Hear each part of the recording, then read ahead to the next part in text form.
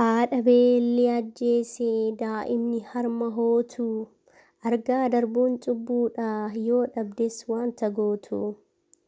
Miidhama qaama keenyaa callifnee waliif cabna, sagalee dhageessifnee waliif hirmaachuu qabna. Lammii keetii beela'uu ofiif quuftee yoo nyaattu, dafqitee hafaa kee beelladaa keef yoo laattu. Mee natti himi nama koo gammachuu siif qabaaree, sabni keessoo qabu beela lubbuun dhabaaree. Lakki kuni cubbuudhaa waaqaaf lafatu jibbaa, bahaaf lixaa furaa beela kaabaa fi kibbaa. Garaatu na raafame eelaa saba koo laalee, maaliif birmannaa dhabaa booranaaf gujiif baalee. Jijjiirama qilleensaan hongeen daangaa darbitee, beelli jumbulaan yoo fixu mirga lubbuu sarbitee. Waan gumaachuu dhabus giphii kooti hiixadhee, iyyee iyya dabarsaa ulfa lammii miixadhee. Kaleessa gaafa tolaa nuun jettani saba koo, har'a akkamiin calliftuu argaa jirtu dhaba koo. Gurmuun naaf birmadhaati naaf dhidhiibaa caba koo. Jedhanii osoo iyyanii argaa diduun cubbuudhaa, haa birmannuuf lammii koof beekaan dhimmaa lubbuudhaa. Miidhamni gujiif baalee cabni booranaaf jimmaa, arsii shawaaf of galchaa wallaggaaf hiluuf dhimmaa. Oromoon keessaaf alaa ka'aatii wal kakaasaa, lammii beelaan dhumuurraa birmadhaa rakkoo baasaa. Gaafa gaddaaf gadadoo waltumsinuu maleessaa, darbeen cabbuu mala har'as akka kaleessaa. Lafti namaa bareedaa lammii ofiitu biyyaa, hunduu akka gargaaruuf haa dhageessifnuuf iyyaa. Hayyoo olmaa kee barreessuuf na hanqatis bakkuu, siin faarsa harmee koo harmee harma lakkuu. Oliif gadee jooraa akkuma baraatti, ji'a 9 guutuuf na baatte garaatti. Gidiraa hammadhaan na deessee miixattee, ofii keef beeloftee anaaf immoo afaan keessaa na hiixattee. Ciiftee hin boqattuu lafa barii kaataa, anaan nama gochuuf namummaadhaa baataa. Si madaaluu didam jechi ta'ee alaayyoo, himee nan fixaaree olmaa kee yaa'ayyoo. Gaafan taa'ee yaaduu imimmaan koon qabu, harmee yoomi guyyaan hanqaawwaa siif qabu. Yooman akka namaa kunuunsee si koorsaa, caba kee dhibdhiibee madaa kee siif koorsaa. Kaffaluu dadhabus kan naaf oolte gatii, yoomina ijaan argee naaf boqottee ati. Har'a nutti duuddee dhabnus tooftaanii, Rabbiirraa abdii qabnaa nun gatu gooftaanii. Anaan yaa'ayyoo koo abshirri adeessee, dhalli kee si soortii galma kaayyoo geessee.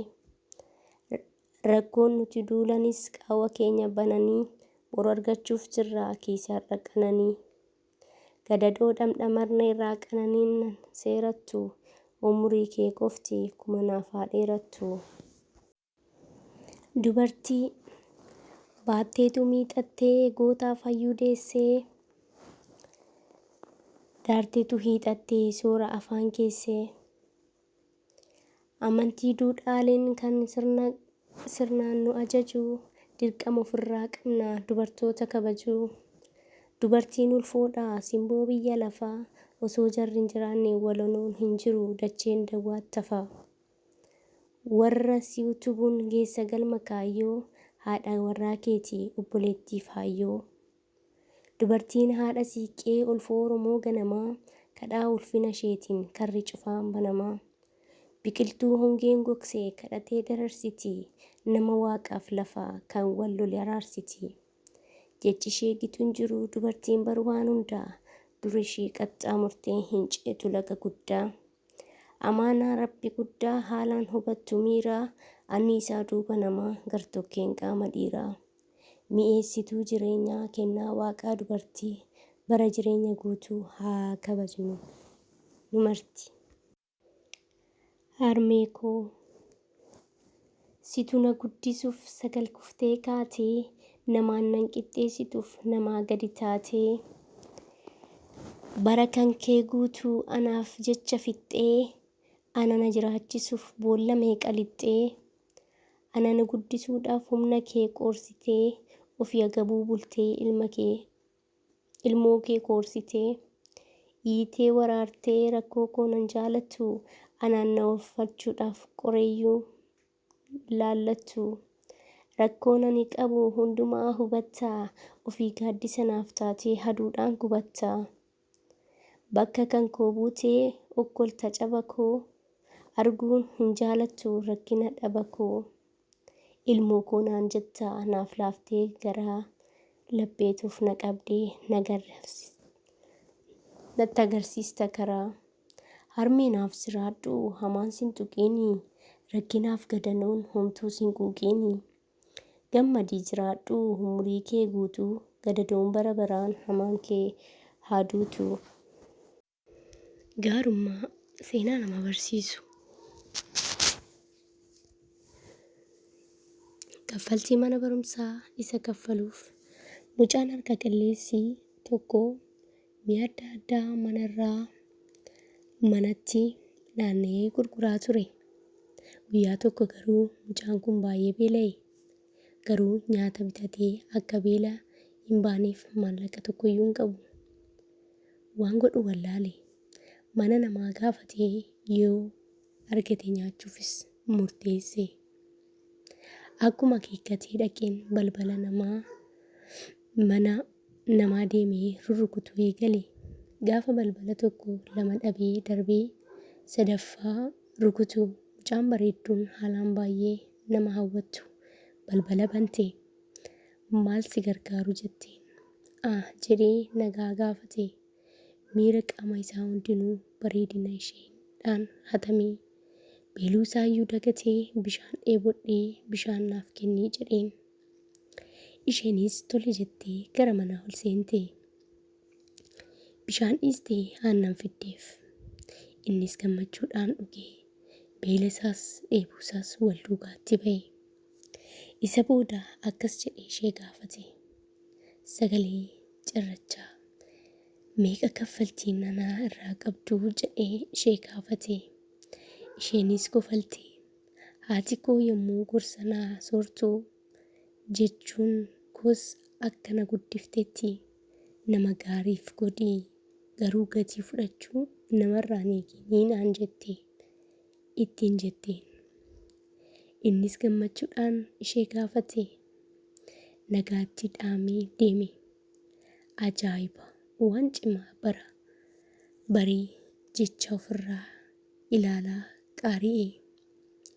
Silaa yeroo hin ta'u yeroo xixiqqoo walitti daddabalamanii waggoota hedduu dabarsu.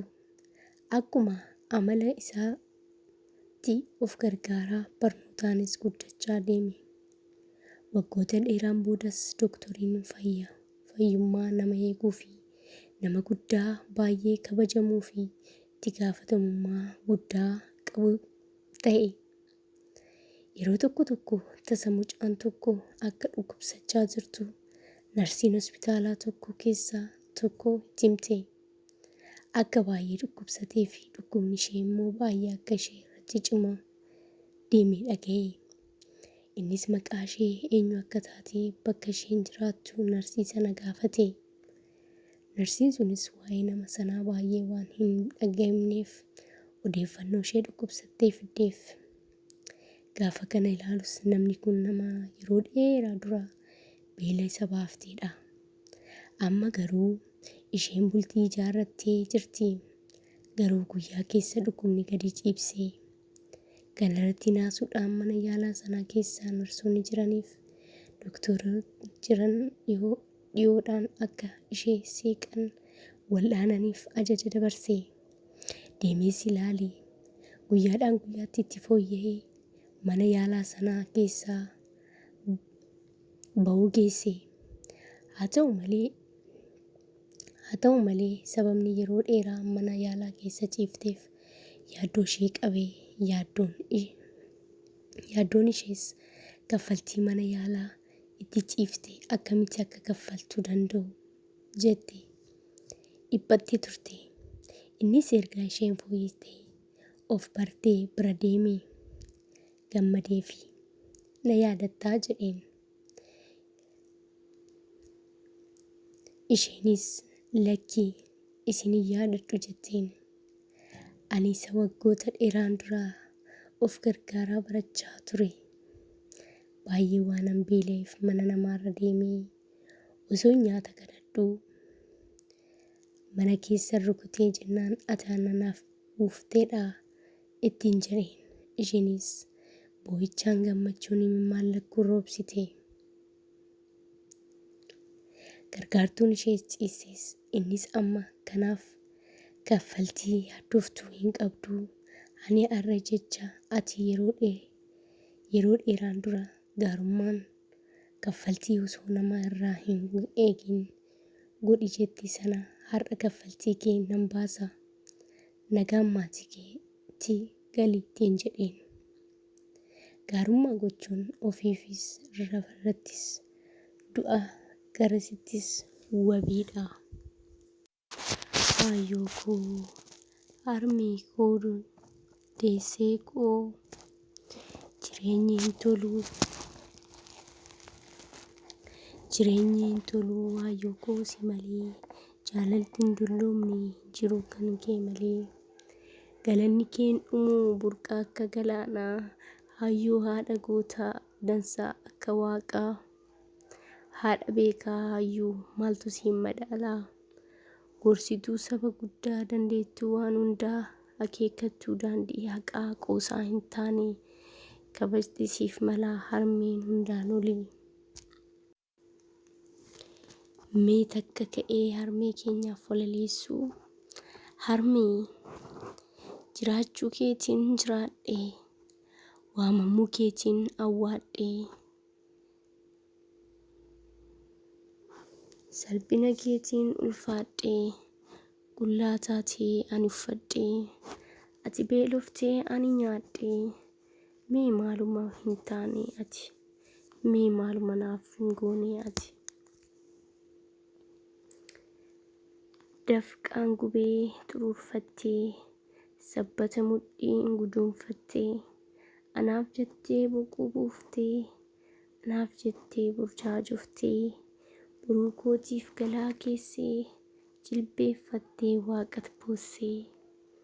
Mee maaluma naaf hin taane ati mee maaluma naaf hin goone ati. Anaaf seerri si hin daangessu ilaalchi namaas hin qaanessu. Si dhabar harmee koo na guddisuuf gatii baaftee jireenya koo gololfattee onnee koottan barreeffadhee morma koottan kudhaammadhee. Si tokkittiin fakkiin qabu si jaalachuuf morkiin dhabu. Galgalli kee haalalisuu sanduqa kee haa dursuu.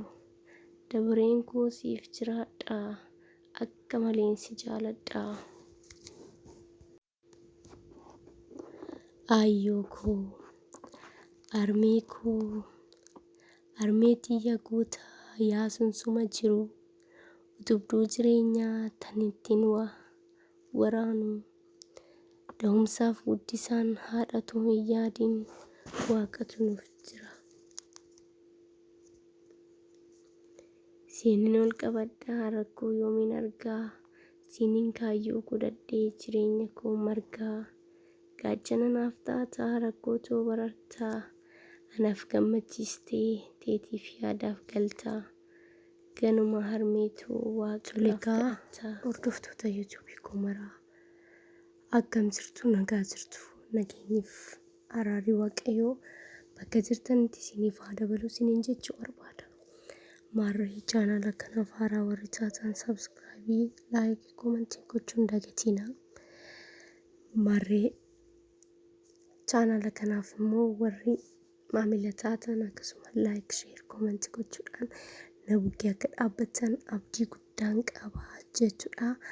Kanaaf walaloo hayyoo hedduu nama gaddisiisu jechuudha. Haati lamuun argamtu. Haati haadhadha. Ati eenyumaan madaalamtu jechuudha. Kanaaf hayyuu keenya Waaqayyoon lubbuu isaanii nuuf haa dheeressu, umurii isaanii nuuf haa dheeressu, isaan gargaaru.